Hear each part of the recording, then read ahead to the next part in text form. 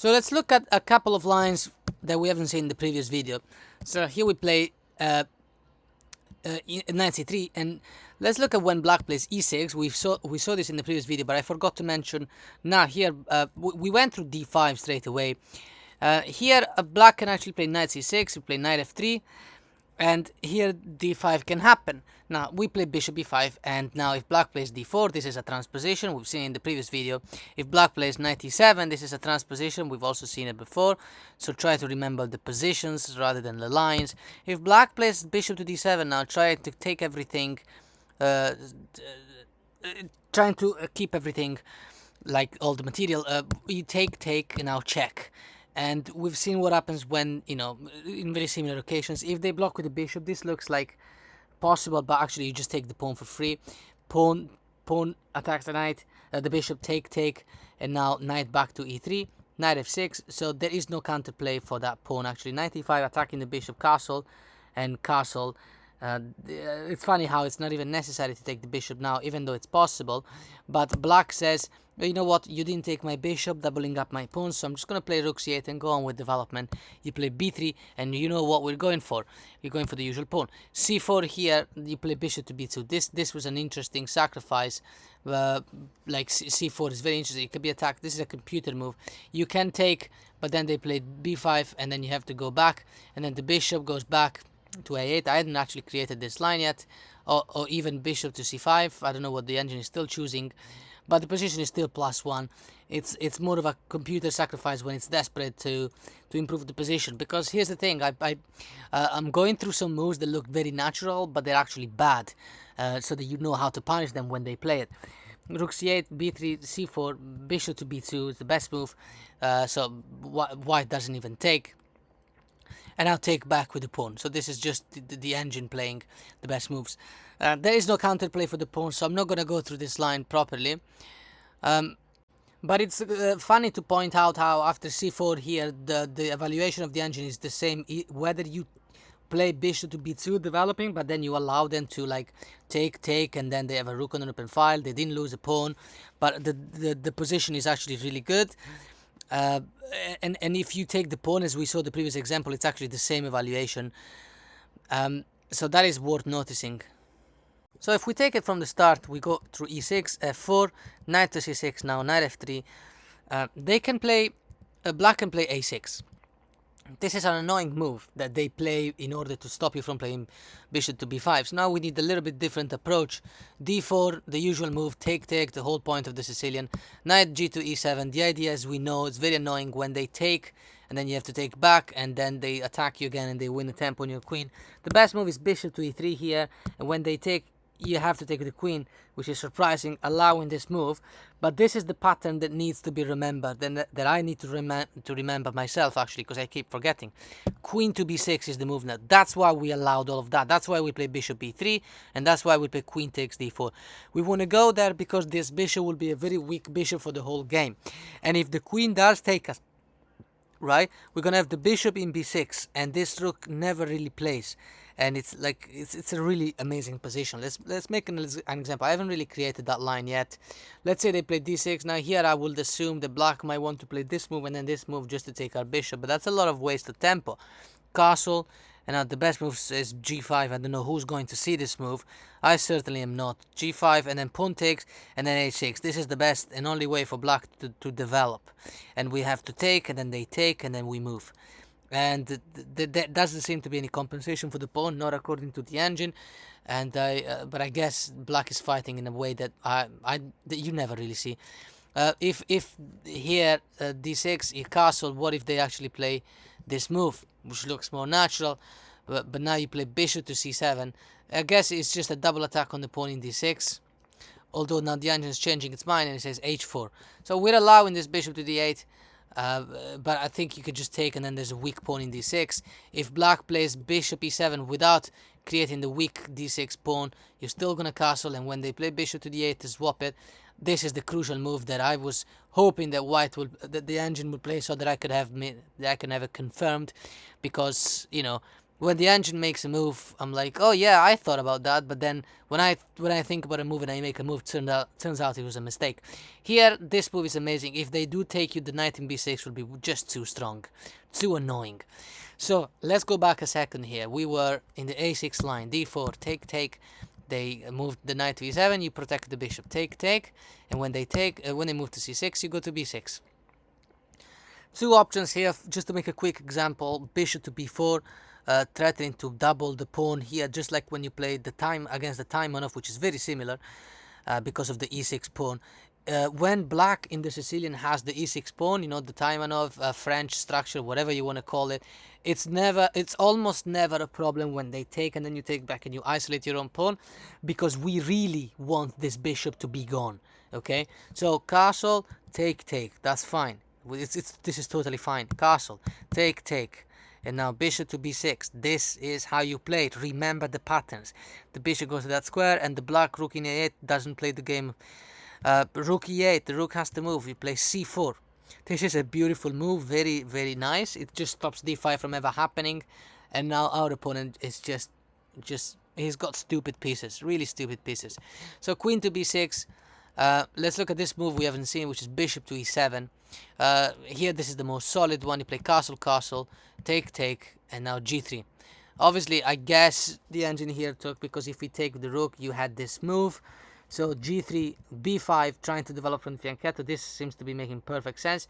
And turns out I haven't really created this line. So bishop to g2. And I think this is a comfortable, actually this is much more comfortable for white, which is almost +2. It's +1/8 on the engine. I guess the reason might just be that our pieces are just placed better, right? If black plays the okay, let's think about it, right? As I realize, if bishop develops, you play rook takes d7, right? Is there any way to delete all these arrows? Look at this mess. Oh my god. If black plays d6, the pawn is free. Black plays d5, the pawn is free. So it's just an ugly position, very ugly position. Bishop a5, best move according to the engine. And here we have to play rook d3. I suppose in this case, with an open endgame, we don't really have a reason to double up and isolate our own pawns. So rook d3 is the move. And what about rook d8? For example, to protect that pawn, you play e5. Oh, really? Rook to d1. I would play e5 personally, because then they can't. Oh yeah, e5 is the best move. Yes, the engine has been thinking about it, because you see the thing is now they can't play, otherwise you take the pawn. Bishop to b7 it appears to be finally possible, but no, because we're gonna capitalize on the weak d7 pawn. What if they take the knight to get us out of the way? That's fine, take, no problem. And still the d7 pawn cannot move. Position evaluated +3. It's just really terrible. So let's go back here and let's look at briefly some other options. So knight to c6, but there will be more stuff about the Grand Prix in the future. f4. What if black plays knight to c6 now, right? We haven't seen this before. So no e6 pawn. Okay, f4, g6. So black says, you know what, the e6 is not working. Let's do g6 and put the bishop in fianchetto. a4. This is the crucial move to remember. The pattern is very simple, and you'll see it in a second. d6 in a very classical and very boring position, and bishop b5. So that's just a thing, right? Remember, if they play d6, there is no knight that can go to e7. And even when there is, it still doesn't fix the problem. So we do want to take this knight. If, for instance, they play knight f6, we take the knight. But let's go back here a second. Bishop to d7. This, I personally really dislike this move when they play it, because they keep it fine. They keep the pawn structures fine. Knight f3, a6, and now you still take. You always take. I don't want to say always, actually, because I don't want to say any inaccurate. I don't want to make inaccurate statements, but it's just like it's a thing. So a5. The reason is simple. b6 is yet again a weak square. Bishop g7, d3, knight f6. Okay, castle, castle. We're going on with development. What's the plan? The plan is the usual. Queen e1, e6, and now bishop to d2. And this is obviously because it makes no sense to go to the fianchetto, as you remember. Queen to c7, and now the knight goes back to d1. And the goal is to play this key move in a plan I hadn't seen before. Knight moves, and then you play bishop to c7, bishop to c3. Even if the knight doesn't move, bishop to c3 is coming. And we're going to trade with the dark square bishop. A move like e5, remember, always is met, well, not always, but most of the times is met with f5. We're going to open the file for the rook. So here f5, and it's not like we're completely winning or anything. The computer says best move would be c4. um it's you know, you might think about d5 opening the center, for example, but then you take and knight to e3. The best move here is even to take, is it? Yeah, bishop takes f3. I don't personally understand why this will be even the case.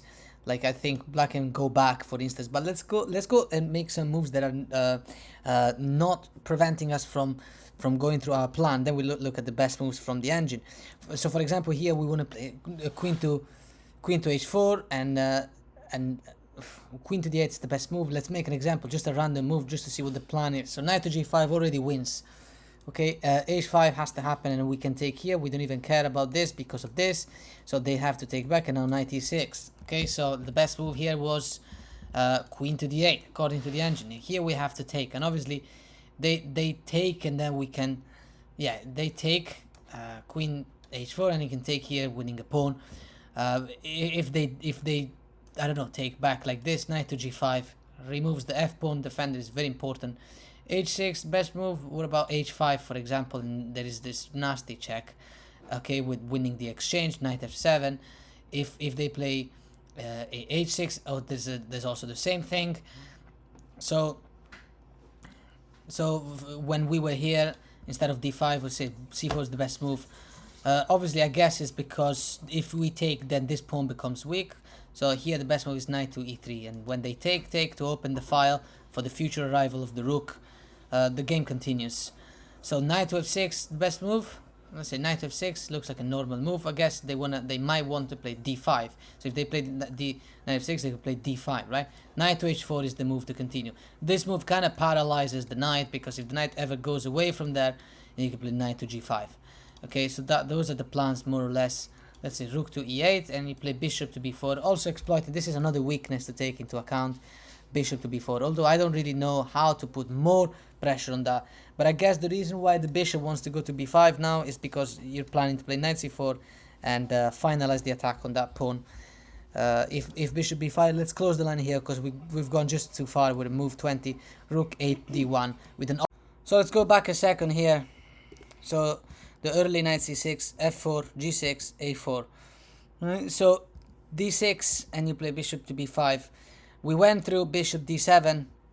What if they play knight f6, for example? So you take, d3, and now bishop to g7.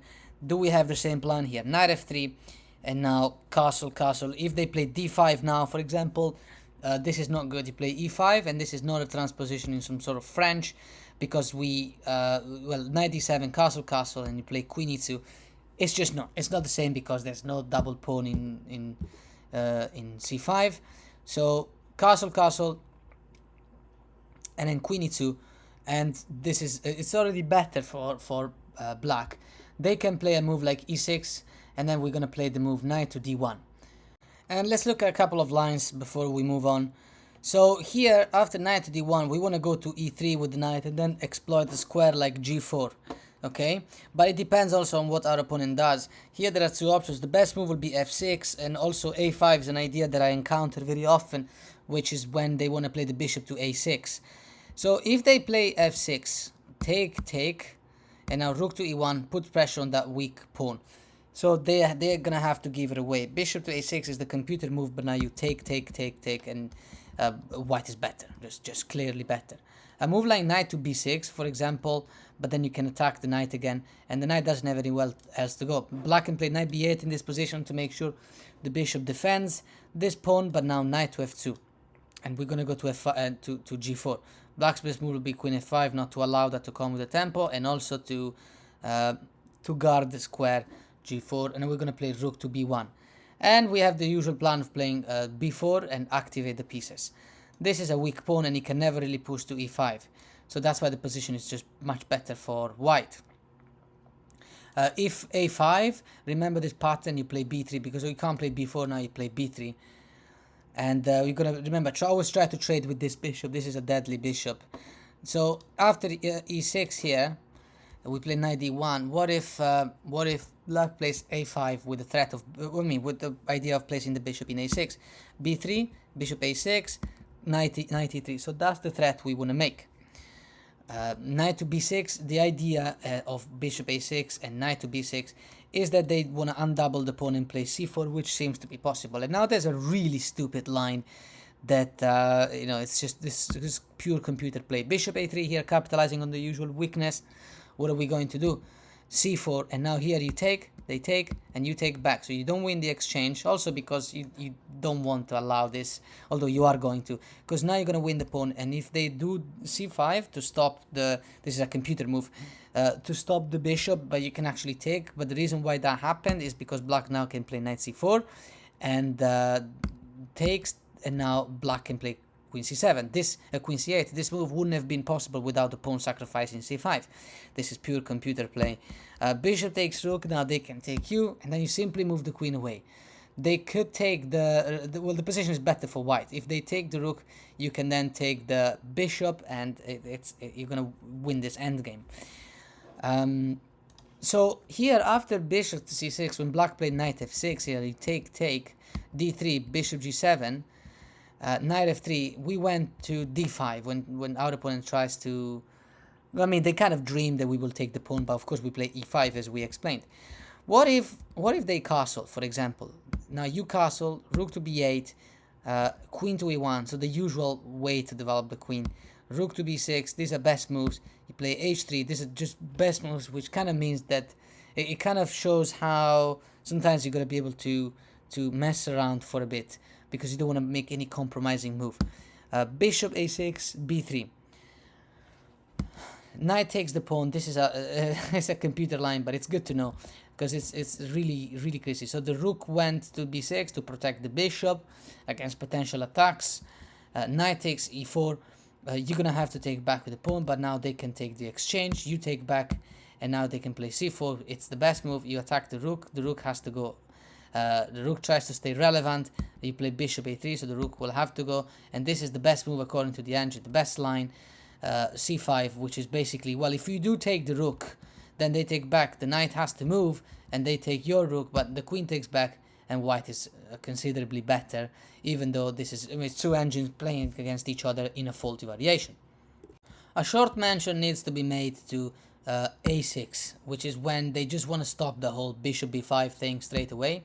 You play f4, and now b5, when the black player tries to develop from the fianchetto, which seems to be fair enough.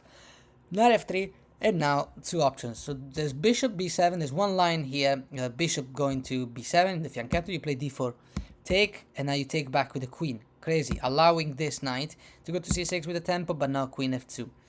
Okay, e6, it looks like our opponent finally managed to play the Sicilian with the e6 structure, and the bishop not being locked behind the pawns. Bishop to d3. Knight to b4 is the type of move you don't care about. Okay, you don't care about, because take, and we love taking back with the d3 pawn. So knight f6, castle, bishop e7, bishop e3. h3 was there necessary. Now you understand why, in order to stop knight g4. Okay, because we like the pieces like that. And after castle you play a3, rook to c8. These are all normal moves. And now you play knight to e2. Really crazy, because it allows the rook to go down. The rook can now go to c2, and it's pinning the knight. But actually knight to d4, and the rook, best move is to go to c8. So that there's no achieving, because this move here seems to be winning a pawn, but the rook is a bit stuck. In fact, bishop c1 traps it. So that's not a good line. So queen to c7, now going conquering the file. Bishop to b6, and that is why we did this battery of the queen and the bishop. We like to go to that square. b6 is such a crucial square. Queen to c2, going on the file. Queen e3, and now it looks like we're giving away a pawn, but if queen takes, knight to d4, the queen doesn't have anywhere to move. Let's make an example. h6, you play rook f to b1. The queen is trapped. Is there anything else that the engine wants to do at this point? The best move will be rook c6, counter-attacking, probably because the queen is already trapped. Okay, so rook c6 will be the best moves. You take, and the best way to take is with the pawn, and now rook to f to b1, and the queen does have an escape. Rook to c1, and the queen has an escape, and it looks like the computer is just repeating. But we're already up the exchange, and now a4 is the best move. I'm gonna open the file for this rook. Position awaited plus 250, so I guess, well, no, there's no compensation for the exchange at all. So after bishop b6, queen c2, queen e3, what if They don't take the pawn, rather play bishop to c5, pinning the queen to the king and forcing a trade. This is annoying because it looks like it kills your initiative. But now you take, and now king to f2, and you get ready to play the endgame. Rook to c2, allowing this. This is crazy. b4, rook f to c8, you play knight to d4. The rook will have to go, and basically the weakness of the black player is the d7 pawn. If you ask me, rook to b2, maybe the two rooks want to come down together. You play g4, don't you? No. Rook f to b1, forcing the trade of rooks because, yeah, those rooks, we don't want them to be too strong. And the position is actually just slightly better for white, but we've gone too far, so we're going to have to stop the line here. You're going to have to figure out from here. In the variation where they play, so the immediate a6, you play f4, b5, knight f3, and what if instead of bishop b7 you play knight c6? So after this move, you're gonna play g3, right? This is the best way to continue. Bishop to b7, bishop to g2, and now there's two options I've highlighted. One of them is e6, the other one d6. So e6 now, castle. Bishop e7, d3. So the moves always look the same. This is actually very, it's lovely to see how all the patterns reconnect. Queen to c7, and now you play f5. So this is one of the moves. Remember, this moment is one of those times where you gotta play f5. Time to open the file for the rook. Castle, and you play queen to e2. So we don't seem to be willing to take this pawn. Okay, we kind of want to wait for them to take us and then get the pieces on the open files. Although I find it strange because I would want to take here and then move the knight and then get the rook going. But let's see how the line goes so we understand it better. Bishop d6, bishop e3, h5. This is obvious. The black player wants to smash on the king side. e5 comes. Okay. Knight takes. If bishop takes, then you can take in f7, and they seem to be also taking rook. We're completely losing in material. But now you play queen f3. This is a crazy line because here you take, they take. So now you go here. They take the exchange. They're also attacking the queen. But now queen f3, and we're threatening a really strong check with the queen, followed by a check by taking the bishop. And I'm not sure how our opponent will react to this, but this is a completely winning position. Here, if instead of taking, they rather take the knight, then you play knight to e4. If, let's say, knight e7, just to make an example, you take this pawn for free. If they play d6 to protect, take, and only now we're opening the file for the rook. So the thing about the e4 pawn, the f5 pawn, it's kind of like you don't need to take until it's necessary. Okay, bishop to g2 takes back with the queen, and this is a much better position for the black player, for the white player. There's also a very, very weak pawn in e6. If instead here, when we were knight c6, g3, bishop b7, bishop g2, what if they play d6? This is just a boring move. You're expecting now black to play the bishop in fianchetto, but it's just too late. e6, castle. You see, why is it too late? Because if they do play g5, you can already play f5, or you can wear castle but then play f5. I know this because I saw it recently, so I know that f5 is a good move here. Castle, bishop g7, and then knight d5 is now possible, but I would knight d5, best move, knight f6, and f5. Yes, so I remember a similar pattern. F5, and let's say black castles. So the best move is apparently to take the knight, they take back. And this is yet another moment in which the pawn in e4 and f5 are still there, right? We kind of want to be taken, because as soon as they take us, the king is open, right?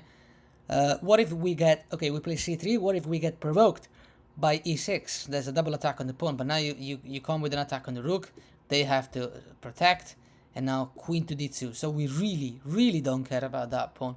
Well, obviously, if they do take the pawn, let's say, we take back, and now black is forced to play queen f6, because if they do take, this looks horrible. Takes, and now queen to f6, finalizing the attack on the pawn, and only now take the pawn. So it's kind of something you'd only do if it's strictly necessary. Queen takes, and now queen to f4 would be the best way to continue the game. We don't need to trade in this position, simply because the black king is very weak. So back when we were at d6, yeah, we played d3. What if black plays e6, castle, bishop e7, g4. A move to remember. queen to d7 to try and castle in the only way that makes sense. h3. Let's make a move like h6. Fine. a3. This is just messing around because every move that black plays here might be compromising. Queen to c7, queen to e1, castle, bishop to d2. The moves always repeat themselves. So we are going to inevitably play d4. Let's see, for instance, our opponent plays knight to f6, which is the developing move. He played b4, right? Seems like a free pawn, but that opens the file for the rook, right? They do this, but then you can do this, and looks bad, really bad. In fact, it is. So after queen d7 and h3, what if they play d5, right? To open the center. Take, take, and now knight to e5 attacks the queen. Take, take, and the rook is open. And this is a lovely position to play. Queen to e6, best move according to the engine. Queen to f3, capitalizing on that pawn. That's why when they push d5, usually they create a weakness in d5 when you take, because they can't take back with the e6 pawn. Okay, c4, counterplay, take. They can give a check, you move, and now castle, finalizing the attack on the knight. It looks a horrible position to play because look, our pieces are under attack and the knight is pinned. What's going on? Are we losing? Take, they have to take back. And now knight counterattacks on the queen. So if they move the queen, well, okay, if they take, then we can take them with an attack on the rook. So it comes with a tempo. So queen takes, takes, takes, takes, and after all the captures, knight to h5, targeting the weak pawn because our opponent left it. g3, and now knight to g6 and knight to g3, exploiting the weak squares. And we've gone very far with this line, so we're going to drop it there. So now one last mention, very quick mention to the d6 move, right? This is black trying to play the normal Sicilian against knight c3. You play f4. There are similar lines and similar patterns. For example, if they play a6 here, you cannot do the whole bishop b5 thing. So you're going to play knight f3, e6, d4, take with the queen. And never be afraid of that knight c6 move. You just go to f2, as we know, knight f6. Here, how do we react to this? Because there's this threat of knight g4, which I find annoying. The best move here is e5. If knight goes to g4, you have to play queen to g3, and then you're going to kick the knight away, and the knight in h6 will be misplaced. They can play h5, you play h3, and the knight will have to go to h6. It's misplaced. In this case, it's a little bit better than it would have been before, because at least the rook is defending, but, you know, there's no reason to play like that. Bishop to d2, knight to f5, re-attacking the queen, and you play queen to f2. And the game carries on. We'll look at the line here. So after queen to f2 and knight to f6, there is a similar pattern. That's why I interrupted the previous line. e5, knight to d5, for example. You strangely enough, you don't take that knight. You play bishop to d2. If they take, you take back with the pawn, okay? It's important to control the square d6 and f6 to make this bishop weaker. If they instead, if they play knight to b4, attacking the fork, you take, and you ignore that threat. Okay, so they give a check, you go, they take the rook, and now you play knight to b6. Always try to go to b6, and that is why we put the queen in f2 to control this lovely diagonal. Okay, rook to b8, bishop to d3 developing, takes, and now we play king e2. The computer doesn't really recapture here, it's completely crazy. Let's say e4, to make an example. Bishop takes, bishop d7, knight takes, queen takes, and now queen to d4, willing to change pieces because the knight is trapped, so we're up in material. If after king e2, if instead pawn takes, which I think is the best move according to the engine, takes, and the rook is trapped, so they have to do this, bishop d6, but I play rook to d1 with all the threats in the world. Okay, this is a terrible position. It's like, I mean, if they take, you have this, and the queen can't really, you know, the engine keeps playing this, but yeah, the king moves, and then you withdraw the bishop, and this is a much better position to play for white, obviously. If instead here, let's say they castle, just like, you know, you can just take, and then you've got this thing of the bishop. So back here in the d6 variation, we play f4. What if they play knight c6? Okay, well, you know what to do. Bishop b5. They protect it, and then knight f3. Then they can maybe attack you or play knight to f6 to develop. Let's say they play a6 to attack you. Take, take, and now you play d4.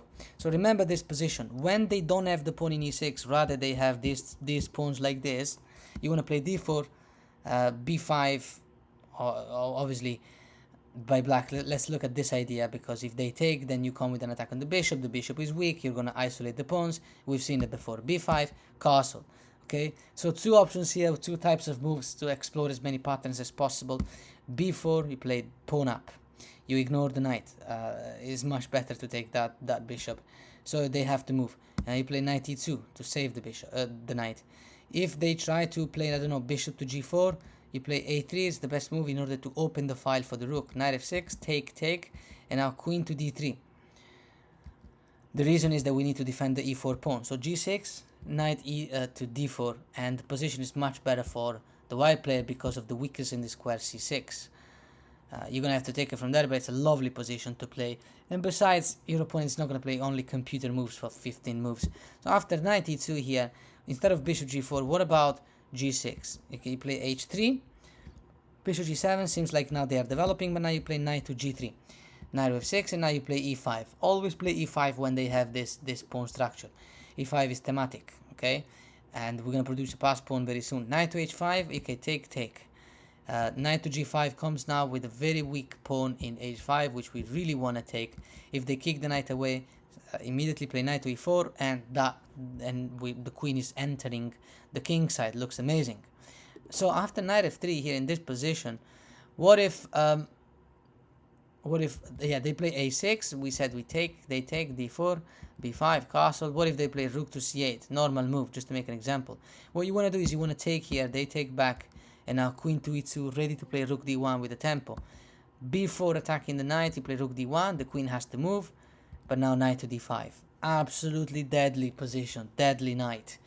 That definitely has to be taken, and then the pawn takes back, and its position says that we're up a piece, basically.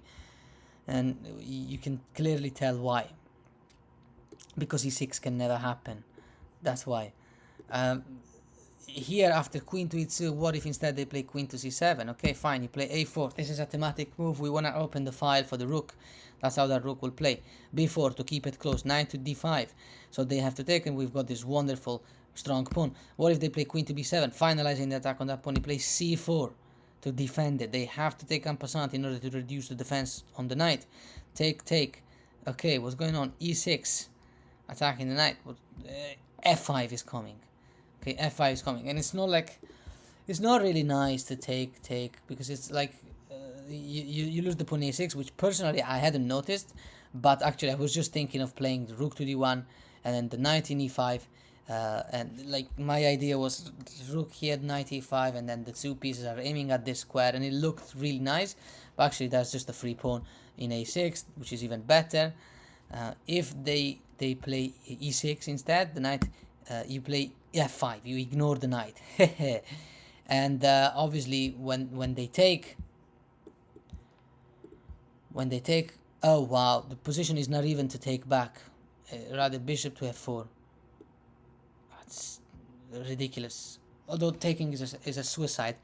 Bishop to e7, play rook e1, rook b1 with the development on the queen, and even here it's telling you that you should give away the bishop for the knight. The queen moves away, knight to e5. It's a deadly position. It's a +5 on the engine. It's ridiculous. Ridiculously strong position. And so let's conclude the line by taking. If they play e6, we play f5. If they play the bishop to d6 to develop, okay, you take, and now bishop to g5. So why is the position here evaluated +4.5? Why? What's the reason? Our opponent can't castle. If they do this move, knight f6, you can take, you got double attack on it. If they attack the bishop, you play rook to b1 attacking the queen has to move, and now bishop f4 forces a trade, and that's what we want, considering that this king is no castle and our king is. So let's go and close this video by playing this move, bishop b5, bishop d7 to defend the knight instead of a6, right?